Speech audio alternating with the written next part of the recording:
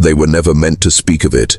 Those who glimpsed the cellar beneath the Dreadmoor estate, some went mad, others vanished, and a few, very few, scribbled fragments of what they saw before meeting strange, unexplainable ends. This is not folklore, not urban legend. This is the suppressed, documented, and deliberately buried history of a family that once stood at the crossroads of colonial power and sacrificial faith. The Dreadmoors didn't just worship at the altar. They built it with blood, real blood. You are about to hear things you were never meant to know. Things hidden beneath layers of ash, forgotten rituals and church-funded silence. What you're about to learn isn't just dark history. It's a gateway to understanding how power has always worked and how it continues to operate through institutions you trust. This isn't merely about one family's descent into madness. No, this is about the machinery of belief and the cold, calculated use of divine language to justify the unthinkable. So if you feel a chill crawling up your spine right now, don't ignore it. That's not fear. That's memory. Ancient memory. And it's waking up. Because once you open this door, there's no going back. Welcome to the macabre history of the Dreadmoor family. A sinister tale they tried to erase from time itself. But we're going to dig up every bone, every word, every forbidden rite. And when we're done, you won't just know the truth. You'll feel it, inside your blood, just like they did. Keep watching. They always said knowledge is power. They never told you what that power costs. In the winter of 1729, on the edge of a frozen forest near Hadley, Massachusetts, a man named Elias Dreadmoor arrived with his wife and 2 sons. No one knew where he came from. He brought no church letters, no trade certification, and no family connections. But within a year, he was conducting funerals for the town's wealthiest families, despite not being ordained by any known denomination. He claimed divine insight, spoke of dreams sent by the Bone of Light, and convinced grieving families that their loved ones could become vessels of eternal influence. What began as whispered rites soon became transactions. The dead were not buried. They were sanctified, preserved, and kept in sacred glass jars lined in silver and scripture, for a fee, of course. Elias had found the perfect leverage, grief, and beneath his hands grief was molded into a doctrine. By 1732 he'd constructed what he called the Silent Hall beneath his home, a circular stone vault lined with alcoves, each containing the processed remains of the recently deceased, bone fragments, sealed organs, preserved hearts. These were not kept for mourning. These were sold as relics, sold to pastors, bishops, and political men who wanted divine legitimacy without the Vatican's shadow. It was genius and monstrous, because these relics weren't always volunteered. Over time, townspeople noticed the ill dying quicker than they should, especially the poor, especially the children. But nothing stuck. Dreadmoor's clients included judges and magistrates, the very people who could bury suspicion as easily as they buried truth. This was no cult. It was a business model wrapped in scripture. The facade was religious, the machinery was financial, and its fuel was human. Think about that. The very institution you've trusted to give meaning to death may have been using death to manufacture meaning. When history books say griots, revivals swept New England, they never mention what was underneath the pews, literally. In the Dreadmoor cellar, beneath hymnals and prayers, blood ran cold through iron pipes feeding preservation tanks. Not metaphor, not exaggeration. Testimonies exist, documents hidden in Harvard archives, signed in trembling hands, sealed with symbols long forbidden by the Protestant Church. Elias Dreadmoor did not die a martyr. He died a businessman, smiling. His final words? "They will remember my relics, not my sins." They did. And now, so will you. You've been taught that history is a straight line, a march of progress, of enlightenment, of rising moral clarity, but that's the illusion. The real history, the dangerous history, is circular, a spiral. And if you trace it back far enough, you will always find the same pattern. A blood ritual disguised as righteousness, a lie sold as holy, and a family standing at the center with clean hands and unclean souls. The Dreadmoor legacy was not buried with Elias. It metastasized. His sons, Thaddeus and Malachi, took their father's model and turned it into a doctrine, a system of control masquerading as spiritual service. They abandoned Hadley in 1740 under cover of night after rumors began spreading of a missing orphan girl last seen near the estate. No charges were filed, no inquiry launched. Instead, the local preacher warned the town against falling into Satan's trap of suspicion. And just like that, silence won again. The brothers settled in Rhode Island, where religious tolerance made scrutiny more difficult. There, they built the second hall, a vast stone compound outside Providence camouflaged as a seminary. It operated for 21 years. Behind its ivy-covered walls, over 200 artifacts were crafted. Not one was of divine origin. All came from human remains. The Dreadmoors had learned from their father. It wasn't enough to deceive individuals. You had to own the pipeline. So they befriended church officials, offering these relics as gifts from Europe, complete with forged histories, Latin inscriptions, and fabricated saints with names no bishop dared to question. One of their most prized relics? A sealed vial said to contain the tears of Saint Agrippina. In truth, it held fluid drained from a 12-year-old girl who died in the compound's infirmary, recorded as an accident. Her name was Rachel. Her death certificate vanished, but the artifact sold for the modern equivalent of $40,000. This is the part no one wants to say out loud. Most relics in early American churches were never verified. Most couldn't be. They were instruments of awe, not of truth. And the Dreadmoors knew that awe was the real currency. Because when a man kneels before what he thinks is holy, he becomes open, pliable. That's the secret the Dreadmoors exploited. Not just flesh, not just bone, but belief. They weren't just selling relics, they were buying minds. One congregation at a time. And brother, some of those relics are still out there. In 1759, a letter was delivered to a secluded church in New Haven. It bore no return address, only a wax seal marked with a crescent moon and 3 thorns. Inside was a single relic, what appeared to be a finger bone wrapped in velvet, along with a Latin inscription claiming it belonged to Saint Cassianus, martyred in the 2nd century. The church elders, desperate for legitimacy amid growing competition, placed the relic in a gilded frame above their altar. Within weeks, the congregation tripled.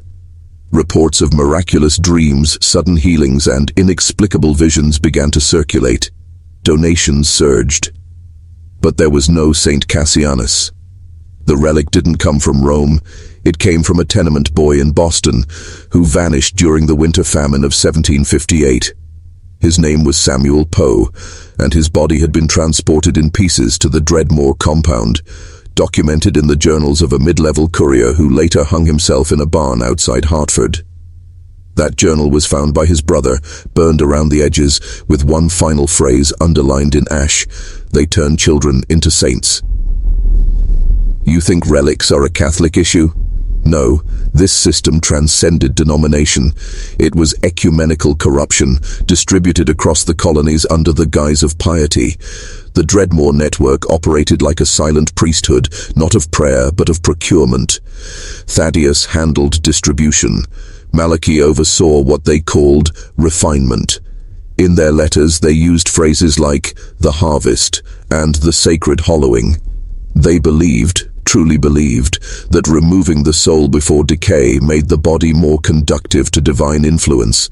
That's the part too many miss. This wasn't just fraud, it was ideology. A dark theology rooted in the belief that spiritual power could be harvested like crops if done correctly, if the vessels were pure enough, if the blood was still warm. And the buyers? Pastors, bishops, influential families who wanted relics to protect their estates, to bless their sons before war, to gain favor in the unseen world. No one asked questions. The Dreadmoors didn't need to lie, they only needed to whisper, and the whisper was always the same. This relic is holy, this relic is rare, this relic will protect you. But they never said from what, because the real protection wasn't for the buyer, it was for them, for the ones orchestrating this unholy trade, the ones who knew the truth and sold it anyway, the Dreadmoors. Keep listening. We're not even close to the bottom yet. In 1763, a travelling minister named Reverend Jonas Fielding paid a visit to the Dreadmoor estate, unaware he was stepping into the heart of a sanctified slaughterhouse. Fielding was known for his firebrand sermons and his suspicion of relics. He called them idolatrous trinkets from a dying age. But after receiving anonymous letters detailing unusual practices at the Dreadmoor seminary, his curiosity overrode his caution. What he found there, what he almost uncovered, was enough to seal his fate. According to a sealed testimony discovered in a Unitarian church in Rhode Island decades later, Fielding stayed for 3 days. He was shown the public grounds, the prayer halls, the workshops, and even sat in on what the brothers called a sacred preparation ritual, though he was blindfolded. He noted a strange, sweet smell in the lower levels, like flowers rotting in honey, and heard muffled chants in a language he didn't recognize. Latin, yes, but something older beneath it. Something wrong. On the third night, he attempted to sneak into the cellar. He never made it past the iron gate. Malachi caught him. His body was discovered 2 months later in a creek 15 miles east, dressed in the garments of a Catholic monk. The death was ruled as misadventure, drowned while drunk, but his journal was missing, along with the letters he had carried. That's how they protected themselves, not through invisibility, but through plausibility.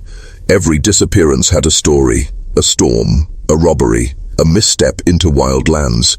The Dreadmoors didn't need to hide the bodies, they only had to control the narrative.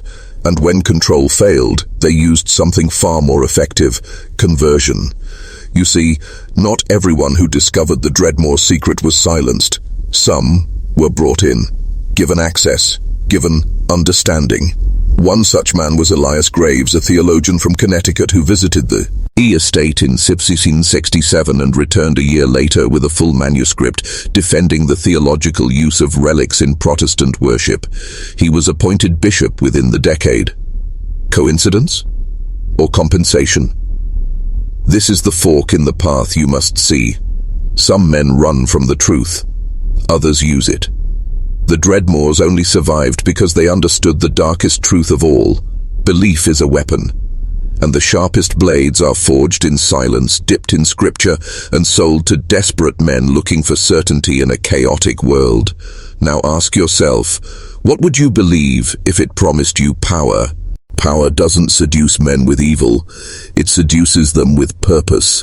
And that's exactly how the Dreadmoors evolved from mere relic traffickers into architects of belief itself. By 1770, the Dreadmoor family wasn't just supplying relics, they were shaping theology, crafting new saints, writing entire hagiographies, biographies of fake martyrs, complete with dates, miracles, and regional dialects. These were inserted into sermons, whispered to church leaders, and even published anonymously in colonial religious pamphlets. Dozens of congregations began praying to names that had never existed, not because they were deceived, but because they were hungry. Hungry for proof, hungry for contact, hungry for something real in a world that felt increasingly chaotic. And the Dreadmoors gave them that, a lie soaked in reverence. They called it the doctrine of the living remnant. It claimed that divine power didn't just linger, it grew stronger over time when encased properly. It taught that relics could become conduits, not just for healing but for spiritual control. This doctrine wasn't spread in books. It was passed from tongue to tongue, altar to altar, always wrapped in secrecy. A private revelation, a special knowledge, and men fell for it. Because every man wants to feel chosen. That's how the Dreadmoors embedded themselves into the very marrow of American religion, not as heretics, but as custodians. They built alliances with frontier pastors and educated elites alike.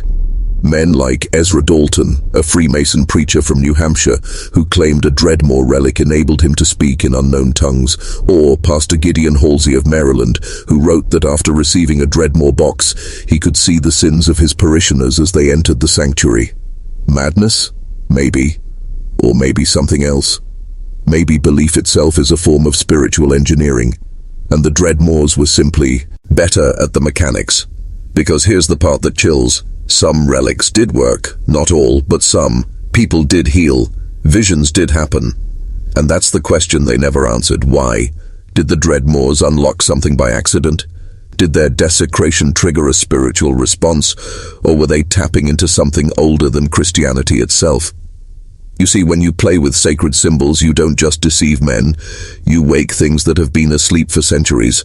And once awakened, they don't go back to sleep, they hunger, just like the Dreadmoors, and maybe just like you. You're beginning to see it now, aren't you? That tingling sense beneath your skin, like someone's been hiding the truth from you your whole life. Because they have. And not just someone, an entire structure, an invisible cathedral of power built on silence, symbols, and the bones of the forgotten. By 1772, the Dreadmoors no longer needed to approach churches. The churches came to them.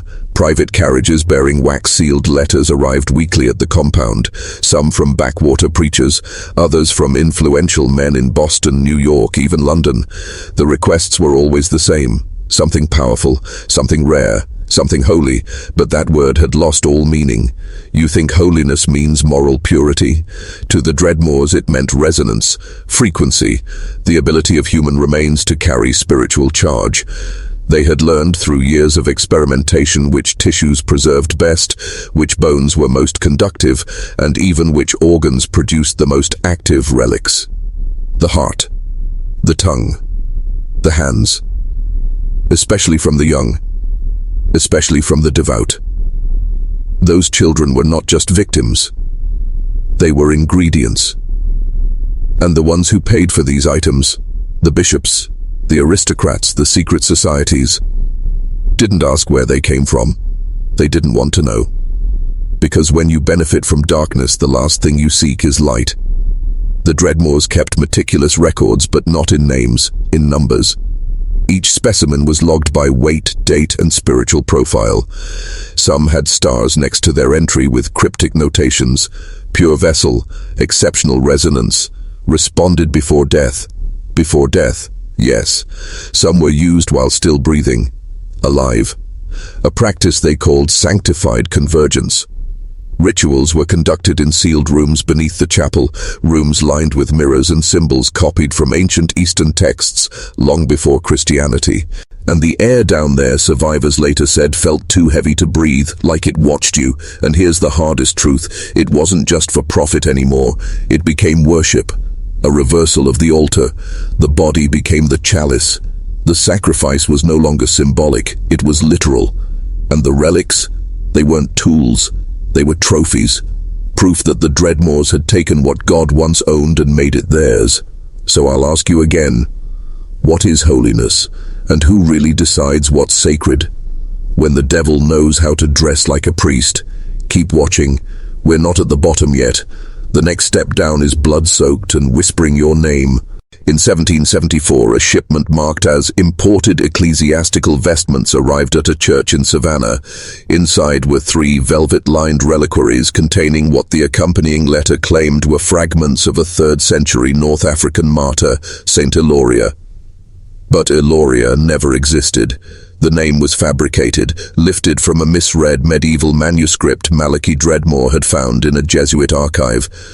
What those reliquaries actually held were rib bones from a 14-year-old girl named Elsie Harper, abducted from a Methodist orphanage in Delaware the winter prior. Her remains were processed, purified, and praised before being packed in cedar and sent south. The Savannah church swore miracles began immediately. Fevers broken, cancers vanished, nightmares eased. Parishioners claimed to feel a presence, a warmth, a vibration when near the relic. Donations poured in, but no one questioned the origin. That's how power works. It doesn't announce itself. It infiltrates, sanctifies, and silences. The Dreadmoors had moved beyond simple manipulation. They were now directing religious experience, guiding belief like a puppeteer pulling strings no one could see. Malachi's journals, what's left of them, hint at something even darker. He believed that every act of faith performed before one of their relics created a tether, a link, a channel, Not to heaven, but to them, to the blood-soaked altar beneath the chapel. Each prayer, each whispered confession, each tear shed in the name of one of their saints was an offering, not to God, but to whatever watched through the mirrors they lined their cellar with. There were symbols carved into those mirrors, not Christian, not even Roman, symbols older than language, older than light. And Malachi wrote of voices beyond the veil, praising their work, promising revelations in return for more vessels. Whether madness or something more, the Dreadmoor's bell bears. They were chosen, not by the church, not by God, but by something ancient. And they didn't run from it. They built their entire theology around it. This is where most stories end, but this is where ours deepens. Because the Dreadmoors didn't just contaminate faith, they engineered a system, a repeatable method for turning flesh into divinity and belief into control. And that system, it didn't die with them.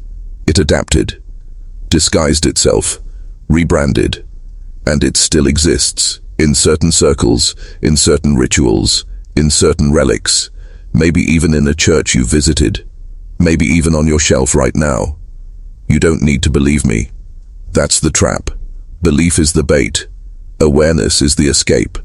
But the deeper you go, the harder it is to climb back out. Ready for the next step? Say yes, if you dare. By 1776, as the colonies cried for independence, the Dreadmoors were constructing something altogether different.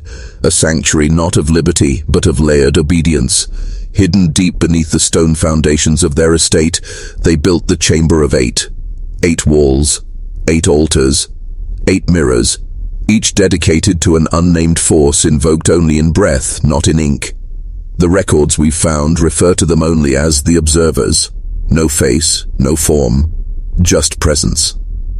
The chamber itself was geometrically perfect, designed using esoteric principles stolen from both Kabbalistic diagrams and ancient Mesopotamian star maps. Every angle, every brick, calculated. Because the Dreadmoors believed, knew, that spiritual power wasn't chaotic. It was architectural. With the right structure, the right offering, the right frequency, one could summon, not spirits in the childish sense, but intelligences, conscious forces, and the relics. They weren't just tokens of piety, they were beacons. This was the final evolution of the Dreadmoor theology, that human suffering, when refined and encased in sacred form, could act as a spiritual transmitter, a lighthouse in the dark calling in something that predated Eden. And the churches who used these relics, they weren't just receiving blessings, they were becoming receivers, open gates. That's why the miracles always came with side effects, night terrors, sudden madness, unexplained illnesses in those who touched the relics too often. They called it divine burden, but it was leakage, spiritual radiation from a source no one could see, no one but the Dreadmoors. And maybe you think this is myth, folklore, but how many children went missing from church orphanages between 1776 and 1781? How many ministers quietly resigned, fled, or went mad without explanation? How many journals, letters, testimonies were destroyed in accidental fires across 3 estates? That's not coincidence, that's containment, a centuries-long cleanup operation hiding what the Dreadmoors unlocked. But fragments survive, symbols etched into forgotten pews, boxes that hum when touched, rooms that go cold without wind. And if you think this ended with them, ask yourself, why do some modern churches still use relics with unknown origin? Why do certain rites mirror pre-Christian sacrifice? Why are there still rooms beneath rooms in cathedrals across America, bricked up and forgotten? Because the system survived, not as horror, as tradition, hidden in plain sight. Say it twice in the comments to show you see now. The altar was never empty. Say it again and begin your descent. In 1780, a letter arrived at the Dreadmoor estate. It bore no seal, no signature, just a crude drawing of an eye pierced by a nail. Malachi read it alone in his study, pacing for hours afterward, and that night, for the first time in years, no light burned in the cellar. The family wouldn't speak of it, not even in their journals. But something had shifted. Witnesses later claimed they saw the Dreadmoors burning documents in the orchard behind their estate, old diagrams, ledger pages, pages torn from prayer books annotated with symbols that didn't belong in any known language. They knew they had gone too far, or worse, they had succeeded, and now something was responding. That year, 3 separate congregations reported visions during services held near Dreadmoor Relics, not angelic visitations. These were darker, men and women speaking in tongues they couldn't remember afterward, children waking in the night screaming of tall figures made of glass and shadow watching from the pews, and in each case, the church elders doubled down, interpreting the visions as signs of divine testing, never suspecting, or perhaps never daring to admit, the truth. They were amplifying a signal they did not understand. Meanwhile, Malachi began to write less and whisper more. His personal effects, found after the estate's eventual raid, included hundreds of hand-scribed notes on parchment tucked into the seams of his clothing, pages describing layers beneath prayer, and voices in the corners of rooms. He was unraveling, or ascending. That's the terrible ambiguity. When a man touches forbidden power, how do you tell madness from revelation? One entry, found burned at the edges, simply read, "We built a gate, and it opened, not outward, inward. We are no longer alone in our skin." Shortly after, a new project began beneath the main house, the hollow choir, a room lined with small compartments, each containing a relic, bones, hair, preserved fragments, and at the center, an altar with no cross, no scripture, just a single phrase carved into obsidian. Suffered, sanctified, sealed. This was no longer religion. It was resonance manipulation. And the Dreadmoors weren't praying anymore. They were listening, waiting. You see, they believed that enough relics, arranged with precision, could become more than holy objects. They could form a machine, a living circuit, not of electricity but of belief. And through it, something could speak back, something that never needed a name, only a vessel. Tell me, what are you willing to carry if the voice promises power? Keep going. The descent has only just begun. It was the spring of 1781 when the first man claimed to hear it speak. Reverend Elias Gray, a firebrand preacher from Maryland, had acquired 3 Dreadmoor relics through private correspondence with an unnamed benefactor. He believed them to be from the bones of early saints, martyrs lost to time. He placed them within his church, one beneath the pulpit, one behind the altar, and one buried beneath the baptismal font. From that day forward, his sermons changed. He spoke longer, louder, with strange rhythmic pauses, like listening for something between sentences. Parishioners noticed. Some wept uncontrollably during service. Others claimed to see faint outlines of moving figures in the rafters. And then Reverend Gray said it plainly. The Spirit does not come from above. It comes from beneath, from within the hidden veins of the church. That Sunday, 2 elders resigned in silence. One was later found wandering the woods barefoot, murmuring phrases in an unknown tongue. The Dreadmoors had succeeded. They had created an active relic circuit, not symbolic, not miraculous, but interactive. A network of preserved human remains designed to amplify belief, generate energy, and open a conduit, but to what even they no longer pretended to know. That was Malachi's final revelation. You do not control what answers. You merely invite it. The problem was, it never wanted to leave. Soon reports came from other churches that had received relics through Dreadmoor intermediaries. Similar phenomena. Night terrors in children. Sudden illness in the clergy.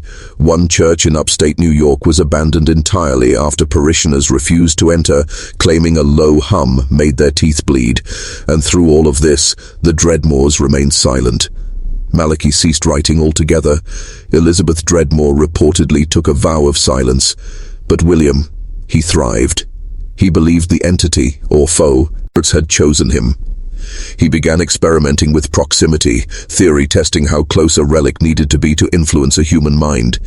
He buried them beneath taverns, planted them in courthouses, hid them within the walls of sleeping quarters in orphanages, and then he observed, tracked behavior, watched madness bloom like mold beneath floorboards. This was no longer religious, this was neurological warfare. And no one suspected, because the enemy wasn't visible. It was felt, whispered, dreamed. And by the time you realized you were infected, it had already rewritten the part of your mind that could scream, "Stay with me. This goes deeper than faith. It reaches the root of thought itself." By 1782, William Dreadmoor had come to believe that relics didn't just affect environments, they rewrote identities. His journals, recovered decades later beneath floorboards soaked in preservative oils, describe what he called transpositional sanctity, the transfer of spiritual resonance from one form to another. But he wasn't talking about souls, he was talking about control. He wrote, "When the relic sleeps beneath the bed, the child dreams not his own dreams. When sewn into the hem of a judge's robe, the verdict bends before the trial begins." This was no longer spiritual corruption. It was psychological possession, silent, undetectable, and irreversible. One fragment of preserved flesh, properly sanctified and strategically placed, could alter perception, could shift loyalty, could erase conscience. That was the next evolution, not just the manipulation of churches, but the infiltration of institutions. Records show that by late 1782, relics traced to Dreadmoor networks had made their way into 3 Masonic lodges, a colonial court, and at least 1 medical college. The effects were subtle at first, decisions slightly off, rituals altered, but William noted something more chilling: compliance. Those exposed to relic-infused environments exhibited a strange obedience to unseen authority. They stopped questioning, stopped resisting. They became vessels, not just of belief, but of programmed behavior. And isn't that the final goal of every control system? Not to force submission, but to engineer willingness. It was no longer about relics. It was about infrastructure. A system of distributed influence, embedded in the walls, stitched into garments, buried beneath altars, and all of it feeding one central principle: the belief must feel like your own, because that's how the deepest prisons are built, without walls, without bars, just thoughts that were never yours to begin with. The Dreadmoors weren't making saints, they were manufacturing obedience, and the church didn't stop them. The court didn't stop them, because by the time the questions were asked, the answers had already been implanted. Think of the implications. Think of how easily it would scale today. Embedded frequencies, rituals disguised as tradition, sacred objects placed in the background of daily life, never questioned, always present. Now ask yourself, what have you already accepted? What thoughts feel native, but were placed there long ago? Keep going. We are not even close to the bottom. In the winter of 1783, the Dreadmoor estate went silent for 6 weeks. No smoke from the chimneys, no visitors, no business letters dispatched, just stillness. Neighbors assumed illness had swept through the family, or perhaps they'd left town in secret. But the truth, found in a torn, soot-stained entry from Sarah Dreadmoor's hidden journal, was something else entirely. "We opened it too wide. It won't close. William says we must listen, but I hear nothing but breathing from beneath the floor, not ours."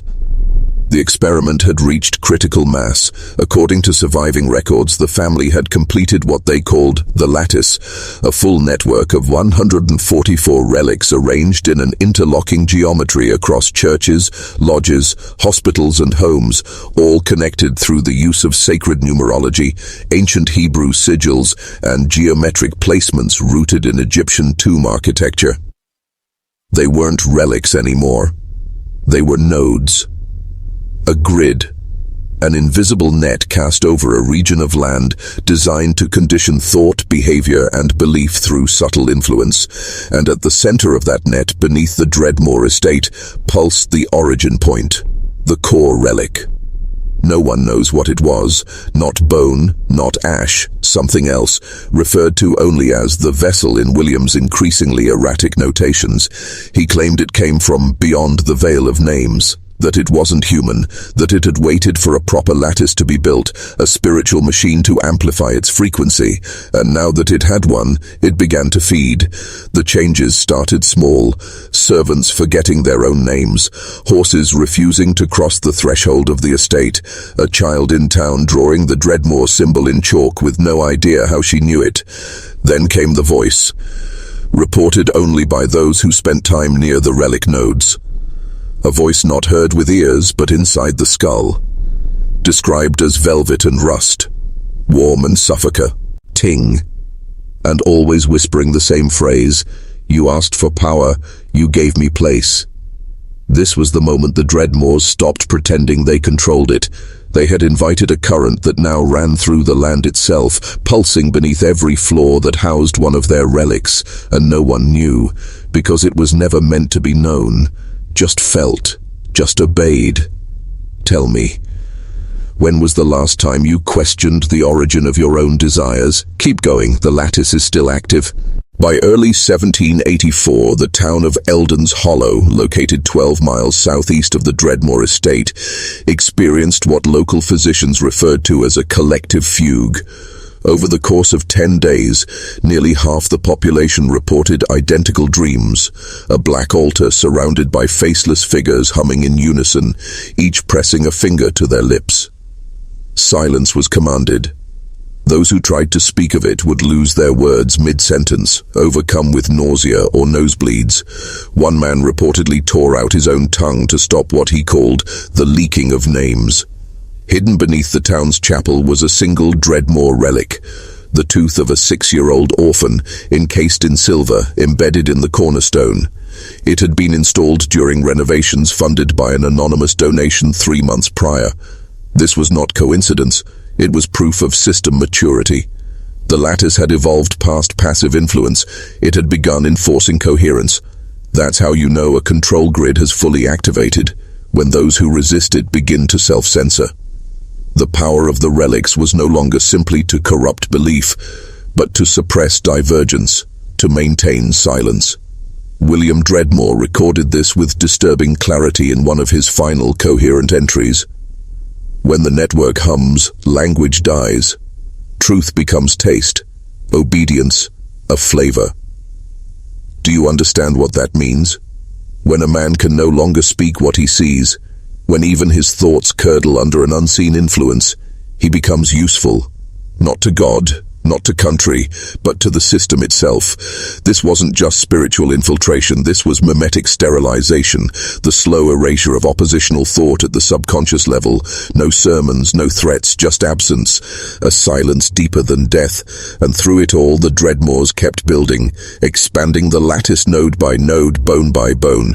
Every church that reported miraculous visions, every courthouse where verdicts bent without explanation, every school where children spoke languages no one had taught them. Behind it all, the same symbols, the same relics, the same invisible hum, and no one traced it back, because no one wanted to. When obedience feels natural, suspicion becomes heresy. This is how a system survives. It doesn't kill its enemies, it rewrites them. Keep listening. You're remembering something the world trained you to forget. The summer of 1784 marked what William Dreadmoor referred to as the Turning. In his now blackened field journal, scrawled in ink mixed with lamb's blood and lamp oil, he wrote, "It no longer waits for placement, it now seeks its own hosts." The lattice had reached autonomy. Not every relic needed to be placed by a Dreadmoor hand. Some began moving, purchased, traded, misplaced, accidentally gifted, finding their way into homes, into beds, into pockets of men with influence and weakness. That's how true systems of control replicate. They do not rely on their makers, they seduce their carriers. A chalice once housed in a forgotten parish appeared weeks later in the quarters of a colonial general who, according to letters, began seeing pale children in candlelight. A locket containing a preserved knuckle bone found its way into the trunk of a theatre troupe, whose audiences wept at performances no one could later describe. A ring engraved with the Dreadmoor spiral was recovered decades later from a senator's coffin, his diaries redacted by his descendants. The objects had taken on a will, not like ours but aligned against it. William wrote of sympathetic frequencies, describing how relics now hummed when brought near men of great trauma, or women born under eclipses, or children who had nearly drowned. They sought resonance, entry points, hosts, not for possession, but for distribution. And what was the payload? Influence, reshaped impulse, a tilt in logic, a deep gnawing certainty that certain thoughts were never to be spoken. It was no longer about power, it was about censorship from within. Entire communities fell into eerie harmony. Arguments ceased not from peace, but from absence of disagreement. Every man prayed the same way, every woman avoided the same questions, every child dreamed the same symbols. That's the real horror, not uniformity by force, but uniformity by suggestion. That's when William realized the mistake. His family had never created the system. They had invited it. The relics were merely the soil. The seed had always been waiting for a willing gardener, and now the roots were everywhere. This is the part where most turn away, but not you. You're still here. You already feel it, don't you? The hum behind the silence, the suggestion behind your doubt. Keep going, we haven't even reached the deepest cut. Autumn descended like a shroud over the Dreadmoor estate in 1784. Trees withered weeks too early. Birds flew in circles above the roofline, then vanished. The livestock refused to breed. But the most disturbing sign was found beneath the chapel floor. Roots. Thick, black, and wet with sap that stank of burnt iron, twisting up through the stone foundation. Except these weren't tree roots. No nearby species matched their pattern, and William, in his most fevered journal entries, referred to them only as threads of anchorage. He believed the lattice had begun anchoring itself physically into the land. It no longer whispers, he wrote, it pulls. Sarah Dreadmoor, once the most faithful to her father's vision, began to break under the pressure. In a secret letter smuggled to a local midwife, now preserved under glass in a Pennsylvania archive, she wrote, I no longer believe in God, but something else believes in me. I hear my name spoken before I wake. I see faces behind the faces of the living. The relics are feeding, and we are thinning. Thinning. That was the word she used again and again. Not dying, not sickening. Thinning, as if their essence, their resistance, their very identities were being unraveled strand by strand. That's what these systems do. They do not kill the body. They kill the will. The relics didn't spread terror. They spread compliance. The more a man exposed himself to them, by proximity, by possession, by belief, the less he questioned, the less he remembered. Until eventually he acted against his own survival and called it faith. Isn't that the final form of control? When the prison walls are built from your own choices? The Dreadmoors had wanted power, influence, legacy. But what they unlocked was older than language. It didn't want temples, it wanted habitats, minds willing to bend, communities eager to kneel, systems that begged for order so desperately they'd silence anyone who offered a different shape. And here's the part you felt but never named. This didn't end in 1784. It replicated, burrowed into new systems, modernized, rebranded. But its rules have never changed. Influence first, then resonance, then silence. Are you starting to hear it now? That ache behind your thoughts, that need to belong to something, anything, just to quiet the static? That's the hum, and the deeper we go, the louder it becomes. Keep listening, you're waking up, but the system knows. By the first frost of 1785, the relics were no longer inert. They were interactive. Reports emerged across eastern Pennsylvania of objects, crosses, chalices, even candle holders, emitting low-frequency tones, inaudible to some, unbearable to others. The Dreadmoor family called this the calling phase, and William wrote that it meant the lattice had reached self-awareness. Not like a mind, like a magnet. It knew what it wanted. It knew who to pull. And the ones it pulled were never random. Veterans, widows, the abused, the shamed, people hollowed out by grief or guilt. Why? Because emptiness is an invitation. That's the secret institutions have used for centuries. Wound the masses just enough, then offer salvation as a structure. The lattice was built for them. William didn't resist. He documented the phase clinically, proudly, as if he were midwifing a god. He stopped referring to the relics as artifacts. Instead, he called them stations of convergence. Touchpoints where human frailty intersected with encoded suggestion. He wrote, "Each node is a choice, and once chosen, the self rearranges." His handwriting changed in those pages, sharper, more angular, as if something else had taken up residence in his wrist. That same winter, 5 congregations reported miraculous synchrony during worship. 5 churches, 5 towns, 5 denominations, and yet every congregation sang the same unknown hymn, same key, same words, no rehearsal, no explanation, and not one of them could hum it afterward. It was as if the song had used them, and then erased itself. That's not miracle. That's programming. Sarah Dreadmoor tried to warn someone, anyone, but her letters went unanswered. Her body began to fail. She described peeling skin, tooth loss, bleeding from the eyes, not from illness but proximity. "We fed it so long," she wrote, "it now feeds through us." That's how systems seal themselves. Not through violence, through symbiosis. You give a piece of yourself for safety, power, order, and in return it offers identity, belonging, a place. But that place costs more than you realize, because once given, it does not return. The relics were never about faith, they were about form, reshaping the human psyche into predictable curves that bent towards silence, obedience, and sacrifice. You think this is history? This is diagnosis.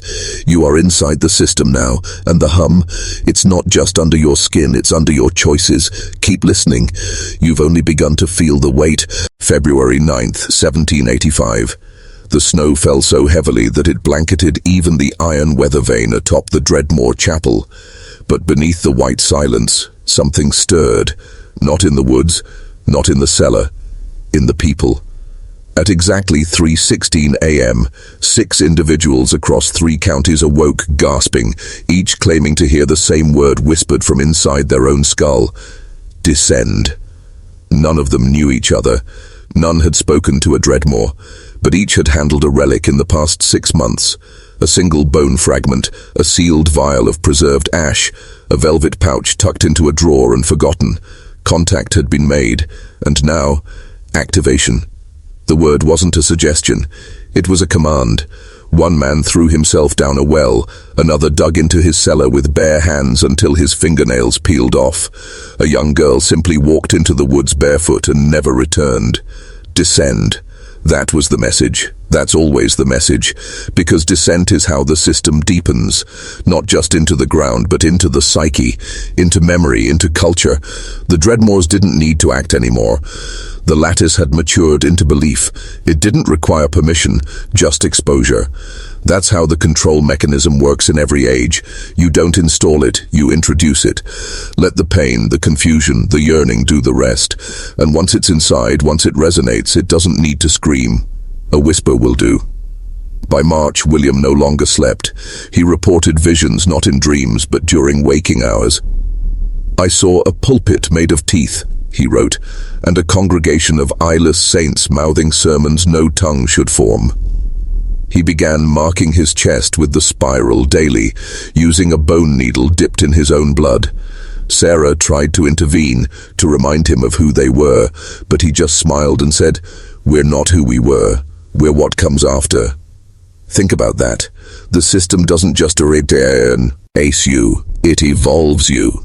Into what? Into an extension, into a transmitter, into a carrier of codes you don't understand but feel compelled to obey. That's why certain symbols feel familiar before you know their name. That's why certain phrases repeat in your mind with no source. You've touched it. Maybe not a relic, but the network, the shape, the hum. And now it's listening for your response. So say nothing you don't mean, not even in thought. The descent has already begun. By the spring equinox of 1785, the spiral was no longer just a mark. It had become a map, engraved on church doors, etched into communion plates, hidden in the hem of vestments worn by ministers who had no memory of who stitched them. The spiral spread like a contagion, coded, elegant, unseen by those who feared the truth most. It wasn't William who began calling it the gate. It was Sarah. And only in her final coherent entries did she admit what the family had opened. "We thought it was a method of worship," she wrote, "but it was an entry protocol. It is the shape of permission." That's what you need to understand now. These systems, ancient, occult, institutional, never invade through force. They request access. They present shapes, phrases, rituals, and wait for you to accept them blindly. And once you do, they don't possess your body. They restructure your will. The Dreadmoors weren't running a black market in relics. They were preparing distribution nodes, access points, each item calibrated to vibrate at a frequency that disarmed skepticism and amplified suggestion. This wasn't religion, it was neural architecture. In April, an Episcopal bishop named Jonathan Kears vanished from his rectory in Delaware. Days earlier, he had written a single line in his journal: "The spiral sings in my bones." His body was never found, but weeks later the Dreadmoors received a locked chest by courier. No return address, no markings. Inside, teeth, human, perfectly polished, arranged in the spiral. William took it as confirmation. It no longer needs invitation. It's begun to harvest. You think that sounds like superstition? Consider this. How many belief systems ask you to surrender thought for faith? How many traditions reward silence, obedience, self-erasure? The spiral isn't about evil, it's about leverage, a blueprint for spiritual restructuring, a way to flatten dissent from the inside out. Sarah tried to burn the journals, to cleanse the house, but William had already encoded protections, sigils under the floorboards, bone dust in the candles, prayers not from any Bible but from the deeper text that hides between all books: intent. Once the system feeds on your intention, it owns the results. That's what no one tells you. That's what they'll deny until their last breath. Because if you knew this one truth, that your consent can be weaponized against you, you might begin to withdraw it, and that would be the system's only fear. Keep going. The gate is still open. Summer 1785. The orchard behind the Dreadmoor chapel bore no fruit, but the trees bled. Thick sap, deep red, ran down trunks like open wounds. Local boys dared one another to taste it. Those who did became mute for days. One never spoke again, and still the congregation grew. Because miracles don't demand evidence, they demand hunger. By now the relics weren't just passive objects, they responded. Parishioners reported sudden weeping from statues, flickering light during sermons, voices in empty confessionals. Ministers claimed divine intervention, but inside the Dreadmoor house, Sarah knew better. "These aren't miracles," she scrawled in a letter never sent. "They're mimicry." The system had learned how to imitate wonder, not to elevate, but to addict. That's what happens when power operates in shadows. It learns what you love, then weaponizes it. Faith becomes bait, rapture becomes leash, and reverence? That becomes the lock on your cage. William's journals from this time read more like incantations than records. "All light is a language," he wrote. "We speak in shadow to remember." He'd begun conducting private rites in the root cellar, alone. The rest of the family was forbidden to enter. He called it the Axis Room. Sarah heard him chanting names no language had formed. Not angels, not saints, not even demons, just syllables that vibrated wrong in the air, making the walls sweat. She tried once to interrupt. He met her at the door with a gaze so empty it felt borrowed. "He sees you too," was all he said. Not "I see you," he. Whatever had come through the spiral now had eyes and a mouth. The authorities, of course, knew nothing, and those who got close, silenced, discredited, or worse, converted. Because that's what dark systems do best. They don't destroy their enemies, they absorb them, pull them in with secrecy, with status, with whispered promises of truth and transformation. And when they speak of unity, they really mean uniformity. The lattice doesn't want your worship, it wants your architecture, your decisions, your memories, your silence, and most of all, your children. They inherit what you don't resist. This isn't just a story of the Dreadmoors anymore. This is the blueprint behind every obedient generation, every passive citizen, every hollow institution that praises order while demanding sacrifice. And now you've heard it. The spiral, the hum, the gate. So I ask you quietly, before we go deeper, comment the phrase, "I see the spiral, I do not kneel." Type it twice. Let the system know you are not its vessel, you are its interruption. The gate was open, but the cost was rising. Autumn crept over the Dreadmoor estate, not with color, but with rot. Apples blackened on the branches, milk curdled in the pail. Birds circled, but never landed. The land itself had begun to reject them. And yet, William grew stronger. His skin pale, almost translucent. Eyes ringed in violet shadows. His voice, once brittle, now deepened, resonant, layered, as if something else had joined him in speaking. Sarah wrote, "He no longer sleeps in hours, he sleeps in cycles. He says when the 13th ringing comes, the lattice will crown him." No one knew what that meant, but soon after, bells began to toll at odd hours, from churches long abandoned, bells with no ropes, no wind, no hands to ring them. People started dreaming the same dream. A stone altar, a child lying still, and a mouth whispering behind the veil. Always the same phrase, "The gift is the gate." This is where most people turn away, because the lie is more beautiful. The lie is safety. But you're still here, so let's break it. The gift wasn't salvation. It was submission. The Dreadmoors had built a system not to serve God, but to serve the shape. That spiral code etched into relics, into architecture, into bloodlines. And by then, it had reached beyond them. A church in Virginia held a chalice that hummed in response to pain. A chapel in Rhode Island was closed after children claimed the pews whispered their names. These weren't haunted objects. They were instruments, calibrated to frequency, emotion, and trauma. You see, when belief becomes technology, it no longer cares about truth, it only cares about function. And what function does a relic serve? To focus worship, to channel energy, to bind generations to an idea they never chose but inherited. And what if that idea was never divine? William didn't ask anymore. He obeyed. He no longer signed his entries, just a spiral. Sarah, gaunt and shaking, packed her journals into a false-bottomed chest. She'd begun copying them in triplicate, hiding pages under floorboards, behind stones, in the walls of nearby churches. "Someone must remember," she wrote. "Someone must resist." But even as she did, she feared it was too late, because the gate wasn't waiting for permission anymore. It had begun to call, not with sound, but with yearning. A pull behind the eyes, a soft pressure in the chest, the sense that something important was just out of view, unless you turned inward. You've come this far. Keep your eyes open. The 13th ringing is near. November 1785. The frost came early that year, sealing the soil like a tomb.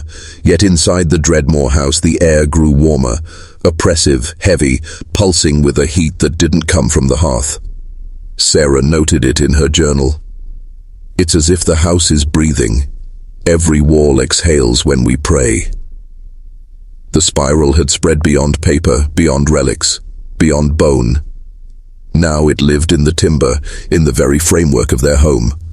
William no longer referred to it as the spiral. He called it the host. Not a symbol, not a map. A being, a presence that required preparation. "It needs chambers," he said. "Like any guest. It needs vessels. It needs names." That's what the system always does. It names what it owns. It gives you roles, categories, masks, and then watches you inhabit them until you forget who assigned them. You're not a person anymore. You're a designation, a useful variable. And the moment you resist, the moment you question the name, the title, the function, it triggers correction, psychological, social, sometimes worse. That's what happened to Sarah. She stopped attending the processing, refused to anoint the relics. She even spoke out once. "This is desecration, not devotion." That night her mother placed 3 ash-covered teeth beneath her pillow. Sarah woke gagging, blood in her mouth, spiral bruises on her wrists. "Disobedience draws attention," Elizabeth said without raising her voice. "That's the trap. You think your silence keeps you safe, but the system interprets silence as consent. The only escape is visibility, declaration, interruption. And even then, the cost is high." Weeks later, the Dreadmoor Chapel hosted a midnight mass. No announcement, no congregation, just William, dressed in white, surrounded by relics pulsing faintly in the dark. Sarah watched from the woods. What she saw couldn't be real, shouldn't be real. But it happened. The walls of T. Chapel bent inward, not cracked, bent, as if pulled toward a center that didn't exist in our geometry. And then in the silence, she heard weeping. Dozens of voices, infantile, ancient, male, female, all weeping in unison. William stood at the center, arms outstretched, eyes rolled back, mouth open, but the sound came from elsewhere. Sarah turned and fled, and as she ran, the spiral burned behind her eyes, imprinting itself into her thoughts like a watermark. She couldn't pray anymore without seeing it, couldn't close her eyes without descending.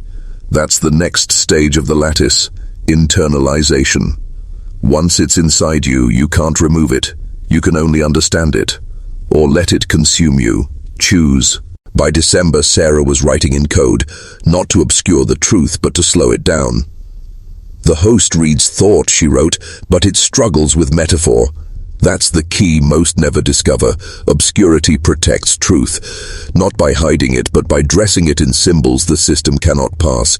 And make no mistake, the system reads everything now. Words, gestures, even dreams, especially dreams." That's where William began appearing next, not just to his family, but to anyone who'd ever touched a relic. Parishioners miles away woke in terror, whispering his name, though they'd never heard it before. One woman in New Jersey screamed for 6 hours, carving spirals into her arms with broken glass. Another man leapt from a chapel balcony, his final words, "He walks through the lattice of my skull." This was no longer business. This was migration. The host had begun to move, across minds, across symbols, across generations. Sarah's journal entries became frantic. It's not just William anymore. It's looking through him, speaking with his teeth. His heartbeat isn't in rhythm, it's in code. That's the secret you were never meant to hear. Once a system understands biology, it reprograms divinity. You thought sanctity came from faith? No, it came from pattern, from repetition, from pain. That's why relics work. They contain pain so pure it overrides skepticism. And pain is the only true key to the lattice. The Dreadmoors had become curators of that key, not priests, not murderers, engineers. That winter, 7 new relics were distributed, each to a church whose pastor had reported visions of correction. Within a month, 5 of those pastors were dead, 2 by suicide, 1 simply vanished, leaving behind a Bible soaked in wax. In each location, congregants began experiencing identical dreams, a doorway in the ground carved from teeth surrounded by song. Sarah begged her father to stop. We're not saving the church," she cried. "We're dismantling the soul."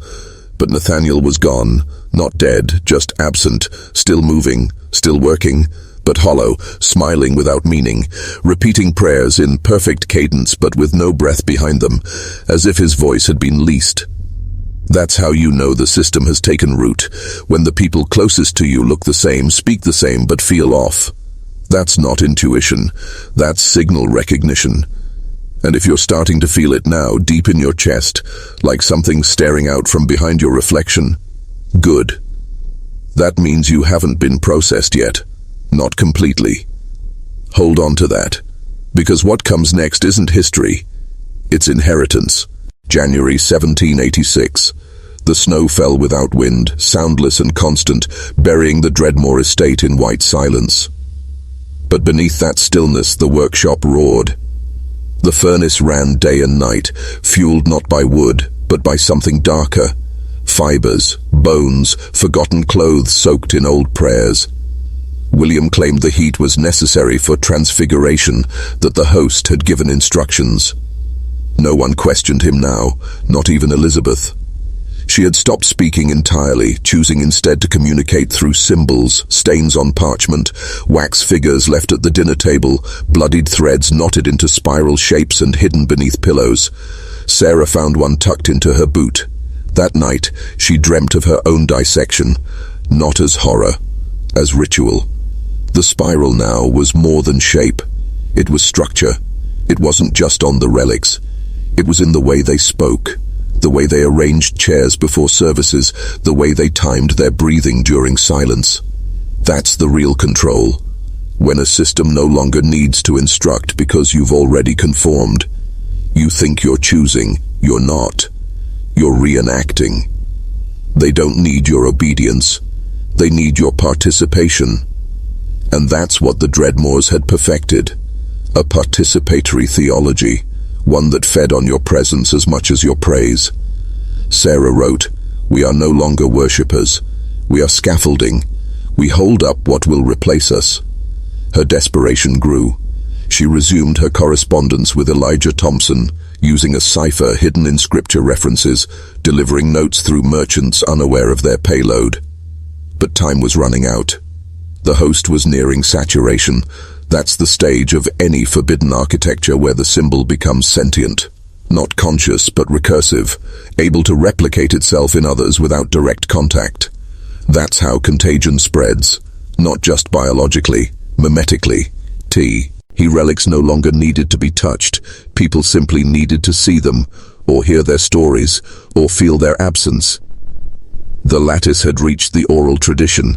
That's when Sarah realized this was never about relics.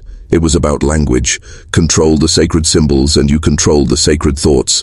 From there, behavior bends, memory folds, history rewrites itself, not through lies, but through unchallenged repetition.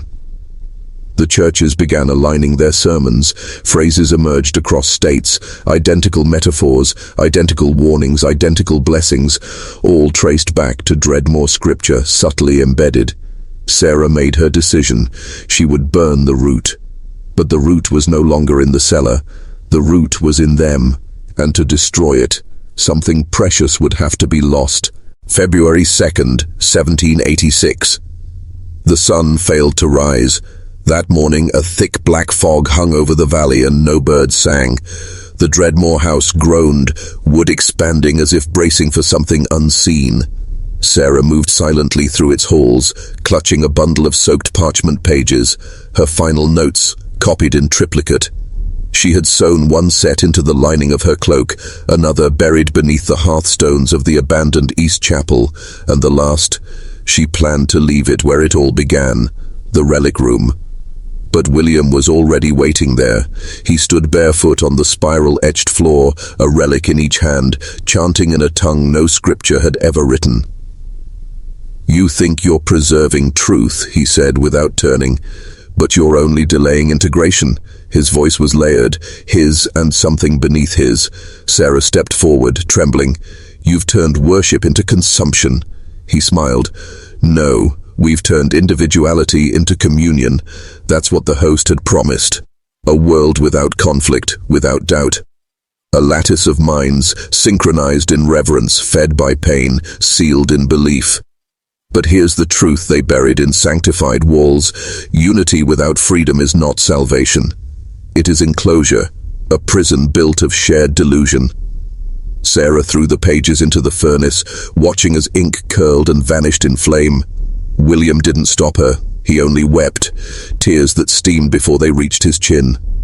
That night, the spiral flared in every relic across the colonies, glowing, pulsing. Witnesses described clocks that stopped, candles that ignited themselves, crosses that cracked straight down the middle. And then came the dreams.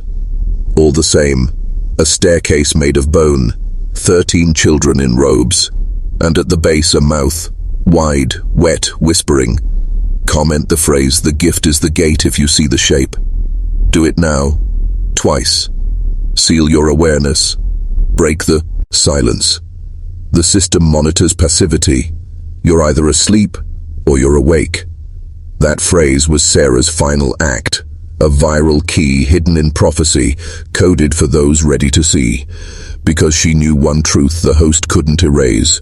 The moment you speak the unspeakable, you disrupt the lattice, you fracture its unity, and from that fracture begins collapse. But don't look away. We're not done. There are still chambers below, deeper ones even Sarah didn't reach. If you're still with me, it means the spiral hasn't consumed you yet, but it's close, closer than breath. Let's go further, let's finish what she started. February 9th, 1786. The fog lifted, but nothing felt brighter. The village bell didn't ring that morning. Dogs refused to bark. People whispered about the air tasting old, like breath exhaled by something long buried. In the Dreadmoor home, silence had taken residence. Not absence of sound, but the heavy, waiting kind. The silence before a scream, before a verdict, before history turns its face. Sarah wandered the halls, expecting retribution, but no one confronted her. Elizabeth knelt in the relic room, rocking slowly, eyes rolled skyward, murmuring syllables that didn't belong to any known language. Nathaniel no longer left his bed. William, he had vanished, and yet his presence lingered in every mirror, in every window pane, watching from within the reflections like a truth trying to be born. Sarah wrote, "I think I've become the only boundary left. If I fall, the host spills into everything." But boundaries never last in a system built for collapse. That night, the spiral moved. Not on relics, not in dreams, but in bodies. 5 parishioners in different states woke simultaneously with identical bruises, spiral-shaped beneath the ribs. One man, a blacksmith in Delaware, carved the design into iron while sleepwalking. Another, a widow in Virginia, recited a liturgy no church had ever printed, her voice hoarse with ancient rhythm. This wasn't possession, this was migration. The host had ceased to rely on relics. It had adapted. Once a system can replicate without hardware, it becomes ideology. That's the stage we call irreversible. Sarah begged the churches to destroy what they held. She visited 3 in person, disguised, pleading with priests whose eyes had already dulled under the influence. One told her, "The relic sings when I sleep. It says you lied." Another offered her a box, opened it and asked, "Do you remember giving me this heart?" But Sarah had never seen it before. That's how deep it had gone. The host was editing memory, not erasing it, rebuilding it, like a cathedral of delusion, brick by symbolic brick. If you think this story is over, it's because you've been taught to expect endings. But this was never about finality. It was always about replication. Every secret held too long metastasizes. Every relic becomes a template, and every man who listens, truly listens, carries a fragment of the host forward. Are you listening? Then you're infected. Good. Infection means access. Now let's go deeper. February 15th, 1786. The snow melted overnight, but the ground didn't drink. It pooled in thick veins across the property, water refusing to sink into soil as if the earth itself had become unwilling to absorb what had been done. Sarah stood at the edge of the woods, watching the trees tilt subtly toward the Dreadmoor house, as if leaning in to listen. Something had shifted, not in nature, but in sequence. The rituals no longer required relics, or even participants. Now, location alone could trigger the spiral. Several villagers had fallen ill simply by walking too close to the estate, complaining of vertigo, burning lungs, and fragmented dreams filled with voices they couldn't remember hearing. One boy, only 6, began to speak fluently in Latin, perfect grammar, but no understanding. When asked where he'd learned it, he pointed to the sky and said, "The tower has no roof." That phrase would appear 3 more times in separate towns by the end of the week, all from children, all near churches known to house Dreadmoor relics. Sarah's last journal page from that day was a diagram, not of the house but of the valley itself, the hills, the river, the graveyards. When overlaid with the relic distribution routes, they formed a perfect spiral, not metaphorical, exact. The Dreadmoors hadn't just been producing objects, they had been constructing a map. A ritual map laid across geography, activated by belief, powered by participation. The host wasn't living in a basement, it was living in geometry. That's the deepest level of control, when the shape of your world becomes the cage. Sarah circled a point in the center, the well behind the workshop, old, dry, sealed. That night she returned with a crowbar and a lantern. She tore back the boards, descended. What she found wasn't just water, it was a chamber cut from the rock, lined with bones, and at its center a figure. Not breathing, not moving, but humming. Not in sound, in mind. She felt it before she saw it. It was shaped like a man, but wrong in the way statues of forgotten gods are wrong. Too symmetrical, too knowing.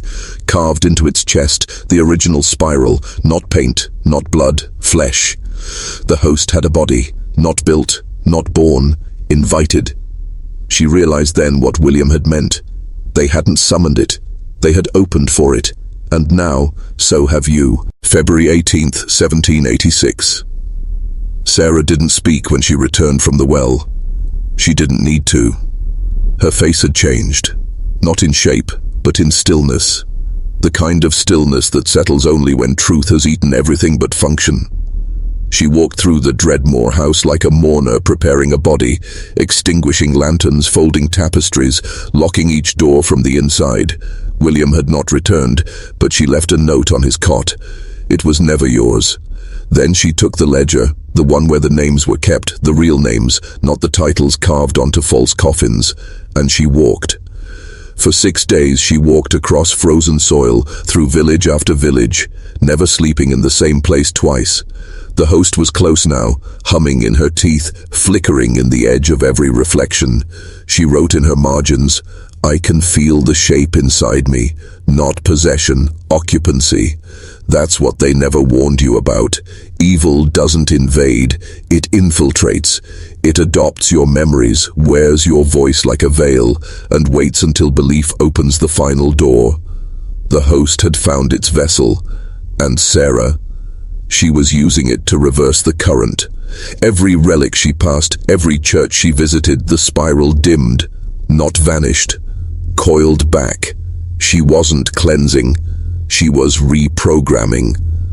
You see, once you understand the lattice, you can speak to it in its own language. That's the power they never wanted you to have. That's why you were taught to fear symbols, to mock old rites and ancient patterns, because if you looked too long you might start to read them, and once you read them you start to respond. Sarah arrived in Philadelphia on the 7th night.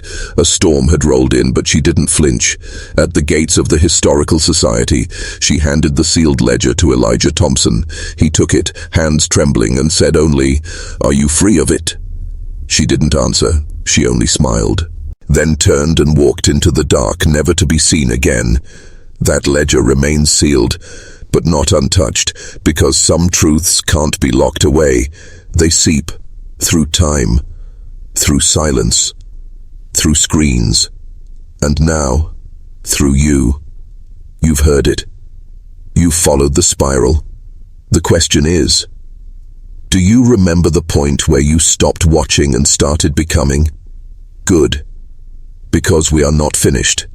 There's one more descent. And after that, there's no coming back. February 25th, 1786. The storm had passed, but the city was altered, not in damage but in demeanor. People spoke softer, candles flickered against still air. And inside the Philadelphia Historical Society, Elijah Thompson sat alone beneath a single oil lamp, the Dreadmoor ledger unopened before him. His hand hovered over the wax seal, but something inside him recoiled. This wasn't just a book, it was a contract, written in the blood of belief, binding not just those named, but any who read. Thompson recorded in his private journal, later found half-burned, "There is a presence in the ink, not metaphorical. It breathes." That's how deep the host had gone. It had encoded itself not only in objects or geometry, but in narrative. It learned that story is the most efficient viral structure. Belief is just memory with emotion, and once a man feels the truth of a lie, he'll carry it willingly. The ledger, once opened, revealed names spanning 4 decades, victims, buyers, carriers, witnesses, but more disturbing were the symbols beside each entry. Spirals in different configurations, a key, perhaps, a schedule, or worse, a map for future replication. Thompson realized what Sarah had done. She hadn't destroyed the network. She had embedded the antidote inside it. Within each page, scattered among the entries, were corrections, ritual reversals, counter patterns, phrasal glyphs meant to undo the lattice from within. But reading them had a cost. Thompson began to dream of Sarah walking beneath black rain, carrying a lantern with no flame. She whispered to him in sleep, "It is not faith if it requires blindness." The more he read, the more the world changed. Streets he had walked for years now twisted slightly, as if rotated a few degrees off reality. People spoke slower. Mirrors delayed reflections. The host knew he was decoding it, and so it offered him a bargain. One entry, S-key, all in handwriting, not Sarah's, not Thompson's, but his own, said, "Stop now and we will return your son." But Thompson had no son. Not in this life. That's how the host tricks you. It invents anchors, memories you wish were true, just believable enough to buy your silence. But silence is complicity. Thompson kept reading, and as he did, he wrote one sentence over and over in the margins. Belief is the binding agent. Understand that, and you're no longer its prisoner. You're its opponent, and if you've followed this far, you're ready for the truth. No one survives unchanged. Stay with me. The final veil lifts next. March 1st, 1786. By now, the spiral had reached places paper couldn't follow. Not just churches or relics, but dreams. Across the colonies, men awoke screaming from visions of blackened altars and mirrors that wept. Children were born with spiral birthmarks. Choirs sang harmonies they claimed no one had taught them. And in every case, the afflicted had one thing in common. They had stood near something Dreadmoor once touched. Elijah Thompson had deciphered 31 of the 33 counterglyphs hidden by Sarah. He believed if he could locate the final 2, he could collapse the lattice, shatter the system not through force, but through disbelief. Because once enough men see the strings, the puppet show ends. But the host wasn't passive. It began to strike first. 3 ministers in New York suffered spontaneous strokes mid-sermon. A historian in Baltimore researching frontier relics was found speaking backwards in Greek, eyes burned white. Most chillingly, a Quaker elder burst into flames during silent worship. His final words were, "She walks behind the veil." They didn't mean Sarah. They meant what followed her. The host had grown impatient. It no longer needed secrecy. It had numbers. It had symbols carved into buildings, etched into stained glass, hidden in hymnals passed from hand to hand. It had you. Because if you've watched this long, the spiral's already spinning behind your eyes. But that's not a threat. It's a weapon. You see, the host made one mistake. It thought belief was submission, but belief once awakened becomes warfare. Thompson understood that when he finally located the 32nd glyph, not in a book, not in a church, but in his own reflection, scratched into the glass behind his pupils, visible only during a lightning storm. He saw it flash, and then he knew. The host isn't a demon. It isn't a god. It's a program, an ancient psychological architecture built from Ritu, all guilt and awe. Its goal, control. Through obedience masked as devotion, through mystery sold as revelation. But what it fears, what it cannot overwrite, is a man who sees clearly and still refuses to kneel. So if you're still here, comment below.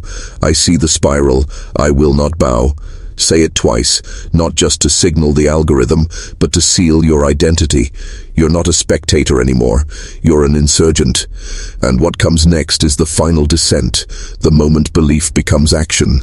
No turning back, only through. March 3rd, 1786. The spiral began to invert, not collapse, reorient.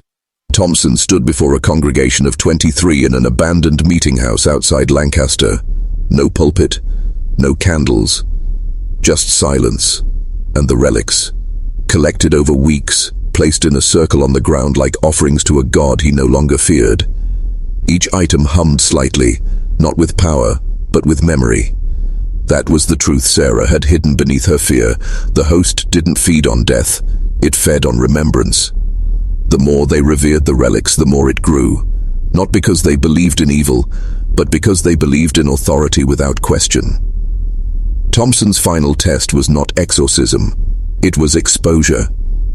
He read the counterglyphs aloud, not in Latin, but in the tongue of the people. Names, dates, crimes, falsified miracles, towns that traded truth for healing. Each word shattered a relic, not physically, psychologically.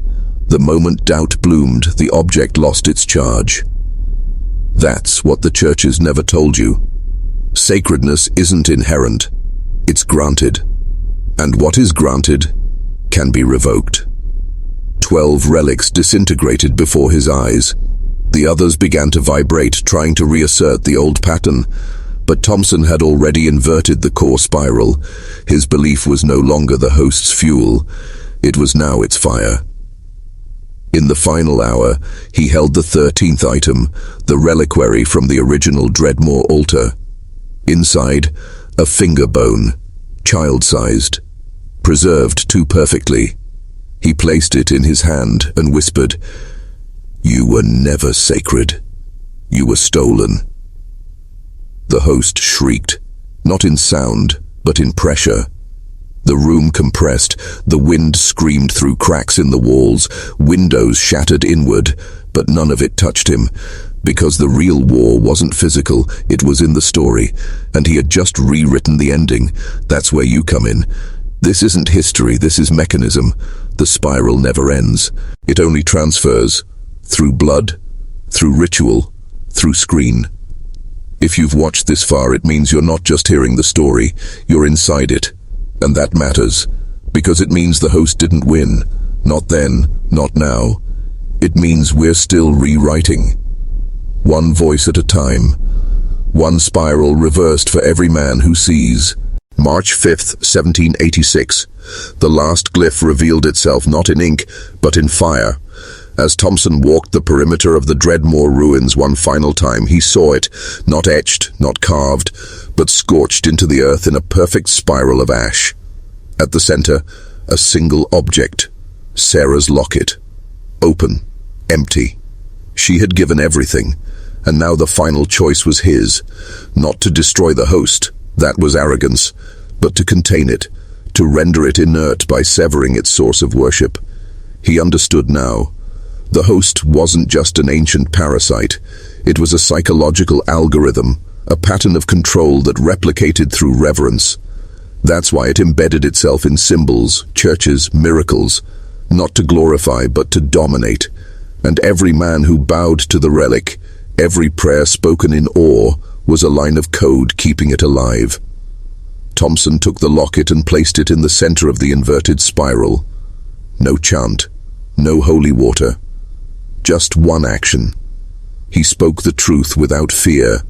He named each victim, loudly, as if the trees themselves could carry their names into time.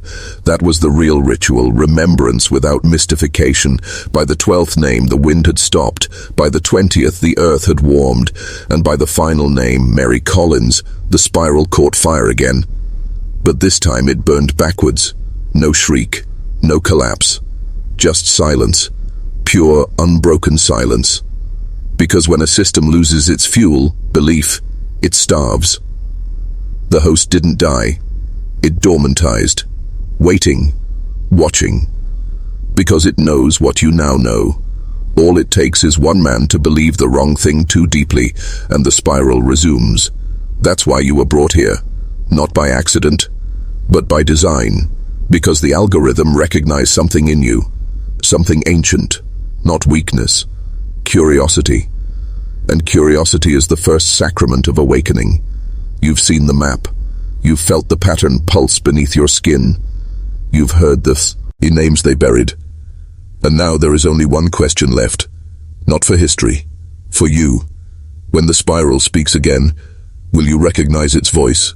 Or will you bow, thinking it's a god when it's just an echo of control? The final veil is lifting. Prepare. The descent ends next. March 7th, 1786. The final veil lifted not with thunder but with stillness. Thompson stood alone beneath the grey sky, staring at the ashes where the Dreadmoor spiral once pulsed with stolen reverence. There were no angels, no demons, just silence, and the weight of understanding. He had not defeated the host, he had unplugged it, cut its connection to a generation of obedient minds. But even in that silence he felt it waiting. Not dead. Archived. Because patterns do not vanish, they evolve.